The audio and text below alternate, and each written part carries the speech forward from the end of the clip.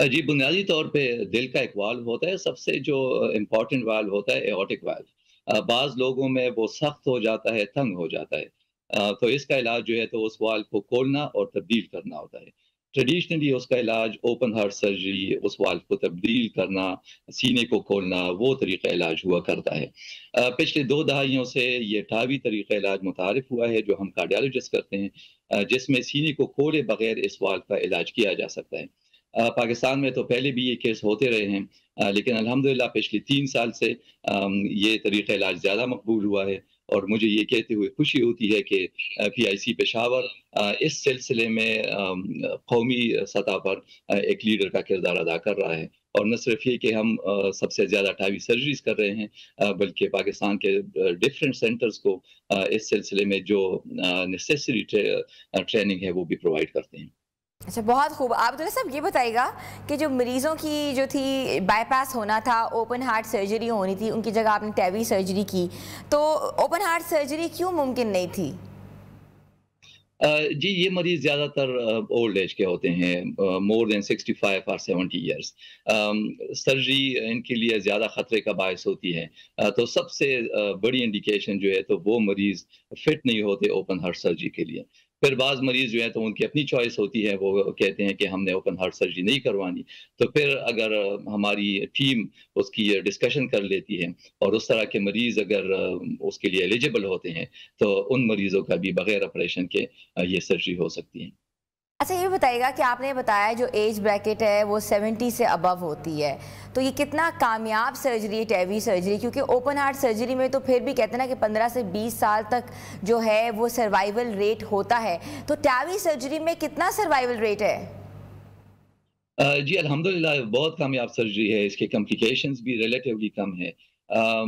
اس کا ڈیٹا جو ہے تو انٹرنیشنل ٹرائلز میں ابھی زیادہ ڈیٹا آ رہا ہے۔ ابھی جو لیٹسٹ ٹرائلز آئے ہیں تو اس کی 10 ایئر جو ڈیوریبلٹی ہے تو اس میں جو ٹاوی وائل ہے اس نے بہت اچھا پرفارم کیا ہے، تو الحمدللہ بہت اچھے اس کے ریزلٹس ہیں، اور اس کی ڈیوریبلٹی بھی جو ہے تو کسی بھی طرح جو سرجیکل AVR جو ہوتا ہے سو سے کم نہیں ہے۔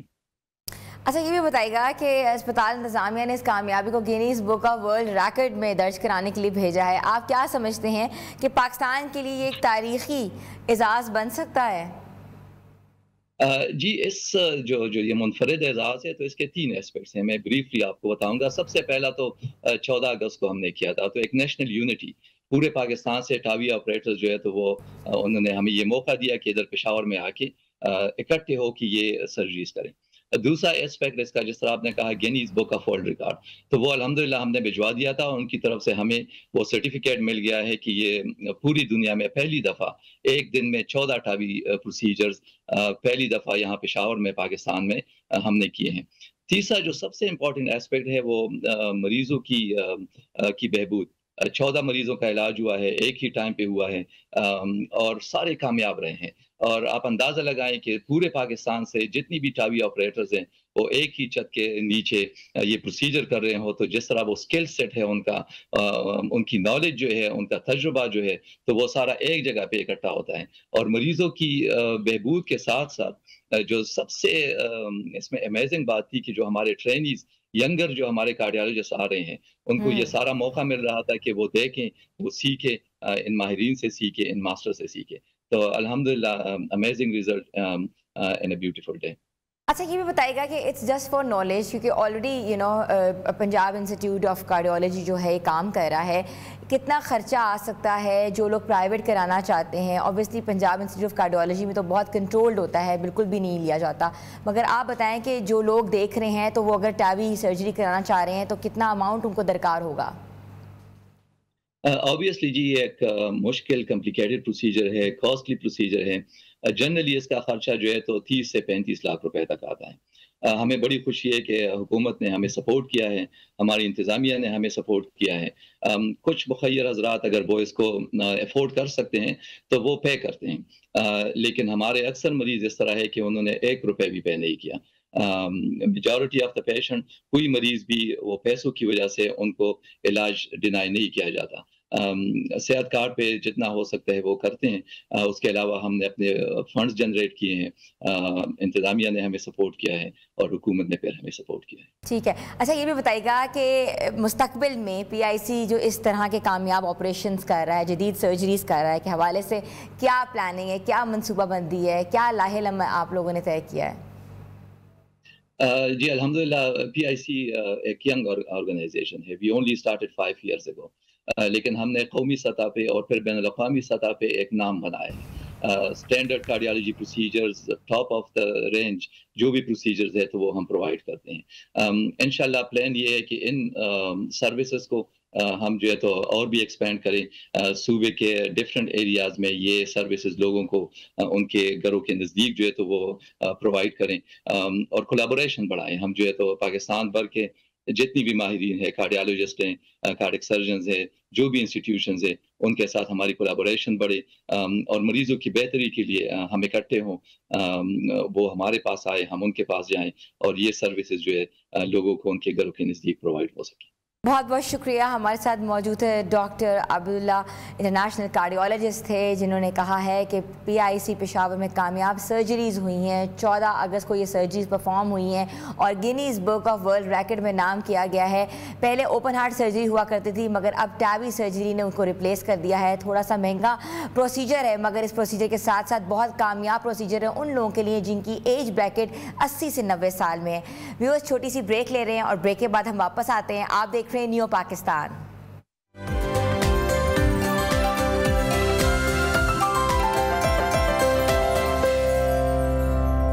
نیو پاکستان میں آپ کو ایک بار پھر سے ہم خوش آمدید کہتے ہیں. تھوڑی سی بات کرتے ہیں مانسون کے حوالے سے. پاکستان میں مانسون بارشوں کا سلسلہ ایک مرتبہ پھر شدت اختیار کرنے والا ہے. محکمہ موسمیات نے پیش گوئی کی ہے کہ کل تک ملک کے مختلف حصوں میں بارشیں ہوں گی. بالائی علاقوں میں آج سے مانسون ہوائیں شدت کے ساتھ داخل ہو گئی ہیں جو بحیرہ عرب اور خلیج بنگال سے آ رہی ہیں. ان بارشوں کے باعث پہاڑی علاقوں میں لینڈ سلائڈنگ اور نشیبی علاقوں میں پانی بھرنے کا خدشہ ظاہر کیا جا رہا ہے.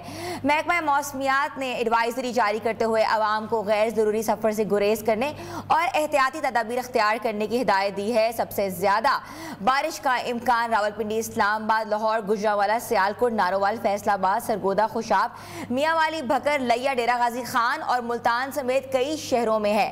تو یہ صورتحال بہت پیچیدہ نظر آ رہی ہے کیونکہ آلریڈی یہ 7واں اسپیل ہے اور کیا سلسلہ جاری رہے گا, کیا اثرات مرتب ہو سکتے ہیں. تو ہمارے ساتھ موجود ہیں چیف میٹرولوجسٹ امیر حیدر, جن کو میں شو میں ویلکم کرتی ہوں. جی السلام علیکم. وعلیکم السلام. امیر حیدر صاحب یہ بتائیے گا کہ محکمہ موسمیات کے مطابق 22 اگست سے مانسون ہواؤں میں شدت اختیار ہو رہی ہے. یہ بارشیں اوسطاً کتنی زیادہ ہوں گی؟ دیکھیں یہ سسٹم بہت اسٹرانگ ہے جو اس وقت انڈیا کے اوپر سے گزر رہا ہے. تو دیکھتے ہیں کہ وہ ہم تک پہنچتے پہنچتے کتنا اسٹرانگ رہتا ہے. تو امید ہے کہ پہلے سے تھوڑا سا کم ہوگا. اچھا, یہ سلسلہ جو آپ سمجھتے ہیں کہ پہلے سے تھوڑا سا کم ہوگا؟ تھوڑا سا کم, زیادہ نہیں کہا میں نے لفظ, تھوڑا سا کم ہو سکتا ہے. ٹھیک ہے. تو لیکن یہ جب یہاں پہنچے گا تو جی آپ کو کیا لگتا ہے کتنی بارش متوقع ہے؟ کیونکہ ہم نے دیکھا ہے 150 سے 200 منٹ تو عام بارش ہو رہی ہیں, کلاؤڈ برسٹ ہو رہے ہیں, ٹورینشل رینز کے طور پہ یہ کہا جا رہا ہے. جی بالکل. دیکھیں مونسون میں یہ جو اگست کا مہینہ ہوتا ہے یہ میکزیمم رین دیتا ہے, تو اسی لیے ہم ایکسپیکٹ کر رہے ہیں کہ یہ 100+ بھی کہیں دے سکتا ہے اوکیجنلی. اور نارملی یہ جو ہے آپ یوں کہہ سکتے ہیں کہ heavy to very heavy rain ہو سکتی ہے.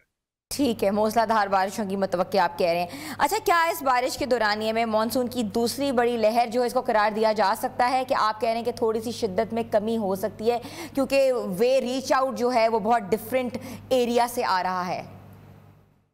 جی. اچھا ٹھیک ہے. اچھا یہ بتائیے گا کہ پہاڑی علاقوں میں لینڈ سلائڈنگ کی سب سے زیادہ امکانات کس ایریا میں ہیں؟ کیونکہ آپ نے دیکھا ہے کہ لینڈ سلائڈنگ اور اربن فلڈنگ جیسے جو واقعات ہیں بہت زیادہ ہو رہے ہیں. دیکھیں جہاں یہ ہیوی رین فال ہوتی ہے نا, وہاں پر یہ